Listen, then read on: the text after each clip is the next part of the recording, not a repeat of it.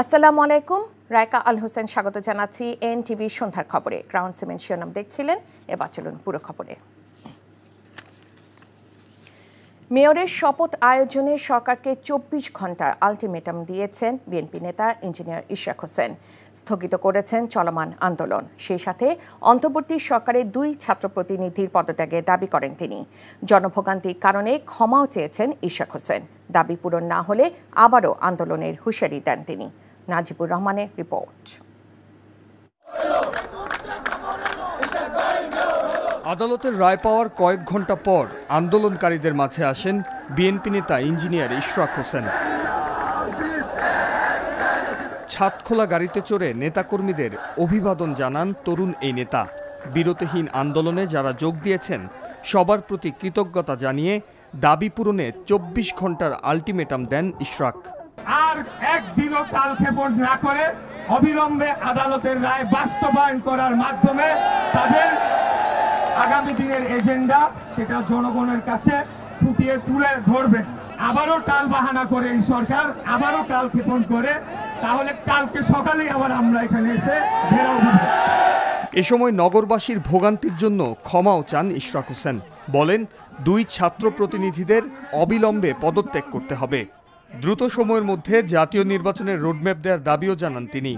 আজকের হাইকোর্টের আদেশ শোনার পর আমাদের দল সিদ্ধান্ত নিয়েছে যে আপাতত আমরা স্থগিত রাখবো এবং সরকারকে আগামী ২৪ ঘন্টা থেকে ৪৮ ঘন্টা পর্যবেক্ষণ করা হবে তারা কি করে।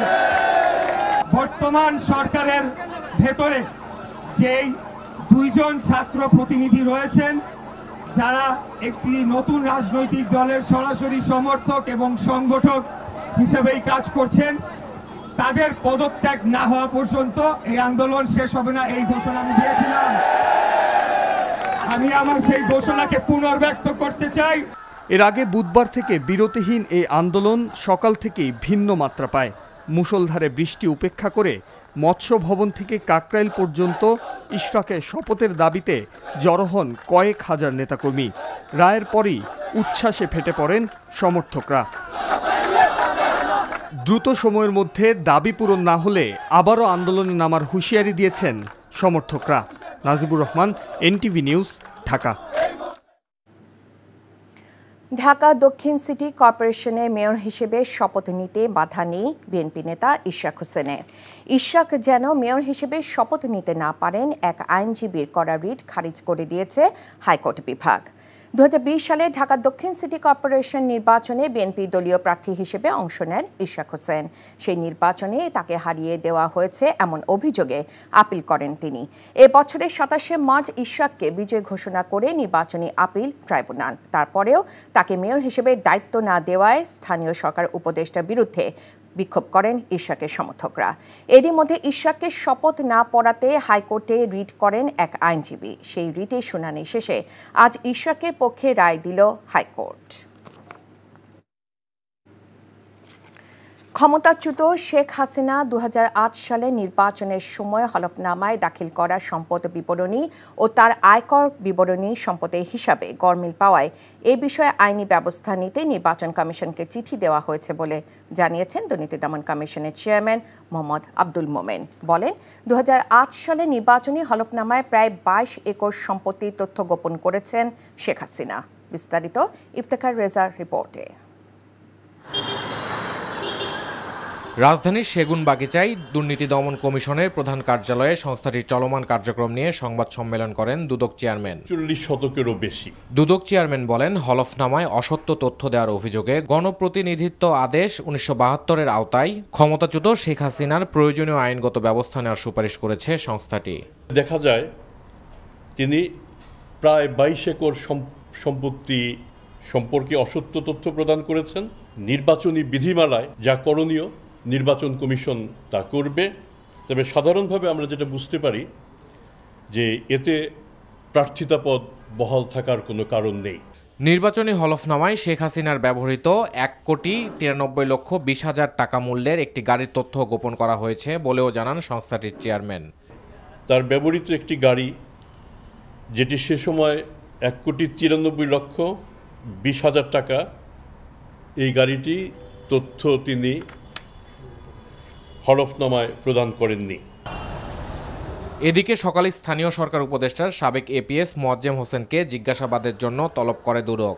১.৫ ঘন্টা জিজ্ঞাসাবাদের মুখোমুখি হওয়ার পর মোয়াজ্জেম হোসেন জানান, গণ অভ্যুত্থানে ছাত্র ও ছাত্র নেতাদের ভাবমূর্তি ক্ষুণ্ণ করতেই একটি মহল অপপ্রচার চালাচ্ছে।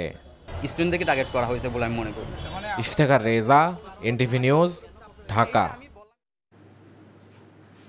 চলতি বছরের ডিসেম্বরের মধ্যে জাতীয় সংসদ নির্বাচনের রোডম্যাপ ঘোষণা করার দাবি জানিয়েছে বিএনপি। অন্যথায় বর্তমান সরকারকে সমর্থন অব্যাহত রাখা কঠিন হয়ে দাঁড়াবে দলটি। রাজধানী গুলশানে চেয়ারপারসনের রাজনৈতিক কার্যালয়ে স্থায়ী কমিটির জরুরি সভা শেষে এক সংবাদ সম্মেলনে এসব কথা বলেন দলের স্থায়ী কমিটির সদস্য ডক্টর খন্দকার মোশাররফ হোসেন। যেসব উপদেষ্টাদের কারণে সরকারের ভাবমূর্তি নষ্ট হয়েছে তাদেরকেও পদত্যাগের আহ্বান জানিয়েছে বিএনপি। তামজিদ সুমনের রিপোর্ট। বৃহস্পতিবার বিকেলে রাজনৈতিক সংকটসহ চলমান বিভিন্ন বিষয় নিয়ে বৈঠকে বসে বিএনপির জাতীয় স্থায়ী কমিটি। বৈঠক শেষে সাংবাদিকদের সামনে লিখিত বক্তব্যে স্থায়ী কমিটির সদস্য ডক্টর খন্দকার মোশাররফ হোসেন বলেন, আগামী ডিসেম্বরের মধ্যে অন্তর্বর্তী সরকারকে জাতীয় নির্বাচনের লক্ষ্যে একটি সুনির্দিষ্ট রোডম্যাপ দিতে হবে। একটি অবাধ, সুষ্ঠু ও নিরপেক্ষ নির্বাচন অনুষ্ঠিত করাই এখন সরকারের প্রধান এজেন্ডা হওয়া উচিত বলে মনে করে বিএনপি। 2025-এর মধ্যে একটি জাতীয় সংসদ গঠনের জন্য অবিলম্বে সুনির্দিষ্ট রোডম্যাপ ঘোষণার দাবি জানাচ্ছি। এর অন্যথা হলে জনগণের দল হিসাবে বিএনপির পক্ষে এই সরকারের প্রতি সহযোগিতা অব্যাহত রাখা কঠিন হয়ে দাঁড়াবে। খন্দকার মোশাররফ বলেন, বুধবার নিরাপত্তা উপদেষ্টা তার নাগরিকত্ব বিষয়ে যে বক্তব্য দিয়েছেন সেজন্য তার পদত্যাগ করা উচিত। আর যেসব উপদেষ্টার জন্য সরকারের ভাবমূর্তি নষ্ট হচ্ছে, অবিলম্বে তাদেরকে পদত্যাগের আহ্বান জানিয়েছে বাংলাদেশ জাতীয়তাবাদী দল। অন্তর্বর্তী সরকারের যে সমস্ত উপদেষ্টাগণ একটি নূতন রাজনৈতিক দলের সাথে প্রত্যক্ষ ও পরোক্ষভাবে জড়িত, সরকারের নির্দলীয় নিরপেক্ষ পরিচিতিকে ক্রমাগত প্রশ্নবিদ্ধ করে চলেছে বলেই সরকারের ভাবমূর্তি রক্ষার্থে তাদেরকে অব্যাহতি দেওয়া প্রয়োজন। খন্দকার মোশাররফ বলেন, বিএনপি মনে করে মানবিক করিডর এবং চট্টগ্রাম বন্দর নিয়ে সরকারের বিভিন্ন কর্মকাণ্ডে জাতীয় স্বার্থ রক্ষিত হচ্ছে কিনা সেটা বিবেচনায় নেওয়া দরকার। এছাড়া জাতীয় গুরুত্বপূর্ণ ও দীর্ঘমেয়াদী নীতি নির্ধারণী কোনো সিদ্ধান্ত নেয়ার এখতিয়ার অন্তর্বর্তীকালীন সরকারের আছে বলে মনে করে না দেশের জনগণ। জাতীয় স্বার্থ রক্ষিত হচ্ছে কিনা সেটা সর্বাগ্রে বিবেচনায় নেওয়া দরকার। Tamjid Sumon, NTV news, Dhaka. ঢাকা বিশ্ববিদ্যালয়ে ছাত্রদল নেতা শাহরিয়ার আলম সাম্য হত্যার বিচার করা না হলে আরও কঠোর কর্মসূচির হুঁশিয়ারি দিয়েছে ছাত্রদল। রাজধানী শাহবাগ থেকে হোটেল ইন্টারকন্টিনেন্টাল পর্যন্ত দিনভর ছাত্রদলের টানা অবস্থান কর্মসূচি থেকে এই হুঁশিয়ারি দেন নেতারা। দিনভর এই কর্মসূচিতে অংশ নেন ছাত্রদল ছাড়াও ঢাকা বিশ্ববিদ্যালয় সহ রাজধানীর বিভিন্ন শিক্ষা প্রতিষ্ঠান ও শাখা ইউনিটের নেতাকর্মীরা। সাম্য হত্যা বিচারের দাবিতে স্লোগান দেন তারা। টানা 7 ঘণ্টা বিরতিহীন অবস্থান কর্মসূচিতে শাহবাগ মোড়ে চতুর্মুখী সড়কে যান চলাচল বন্ধ হয়ে পড়লে তৈরি হয় তীব্র যানজটের। দুর্ভোগে রোগী ও তাদের স্বজনরা পড়েন। সরকারি চাকরি সংশোধন অধ্যাদেশ 2025-এ খসড়া চূড়ান্ত অনুমোদন দিয়েছে অন্তর্বর্তীকালীন সরকারের উপদেষ্টা কাউন্সিল। আজ প্রধান উপদেষ্টা অধ্যাপক মোহাম্মদ ইউনূসের সভাপতিত্বে অনুষ্ঠিত উপদেষ্টা পরিষদের নিয়মিত বৈঠকে এই খসড়া অনুমোদন দেওয়া হয়। প্রধান উপদেষ্টা তেজগাঁও কার্যালয়ে উপদেষ্টা পরিষদে এই বৈঠক অনুষ্ঠিত হয়। তবে এর আগে অধ্যাদেশটির বিষয়ে আইন মন্ত্রণালয়ে মতামত নেয়ার কথা বলা হয়েছে। এছাড়া জুলাই গণ অভ্যুত্থানে শহীদ পরিবার ও আহত ছাত্র জনতার কল্যাণ ও পুনর্বাসন অধ্যাদেশ 2025-এ খসড়ার নীতিগত ও চূড়ান্ত অনুমোদন দেয় উপদেষ্টা পরিষদ।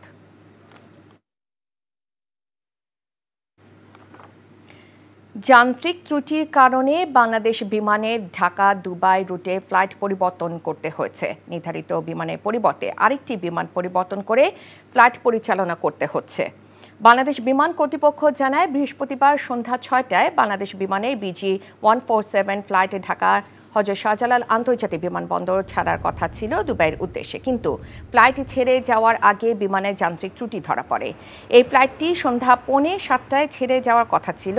যান্ত্রিক ত্রুটি ও দেরিতে ফ্লাইট ছাড়ার কথা জানানো হয়নি বলে যাত্রীরা জানান। পরে বিমানের পক্ষ থেকে BG147 ফ্লাইটের পরিবর্তে আরেকটি ফ্লাইট 2 ঘন্টা পর ছেড়ে যাওয়ার কথা জানানো হয় যাত্রীদের। বিমানের যাত্রী সেবা নিয়ে যাত্রীদের অভিযোগের অন্ত নেই। সম্প্রতি কক্সবাজার থেকে ঢাকায় ফেরার পথে বিমানের চাকা খুলে পড়া সহ নানান ঘটনায় আতঙ্কিত যাত্রীরা। এই ছিল সন্ধ্যার খবরে। এই খবরে ভিডিও সহ আপডেট জানতে ভিজিট করুন NTV অনলাইন www.ntvbt.com। এছাড়াও NTV জনপ্রিয় সব অনুষ্ঠান ও খবরের আপডেট জানতে ভিজিট করুন আমাদের ইউটিউব ও ভেরিফাইড ফেসবুক পেজ। রাত 10:30 রাতের খবর দেখার আমন্ত্রণ জানিয়ে বিদায় নিচ্ছি। এতক্ষণ সাথে থাকার জন্য সবাইকে ধন্যবাদ।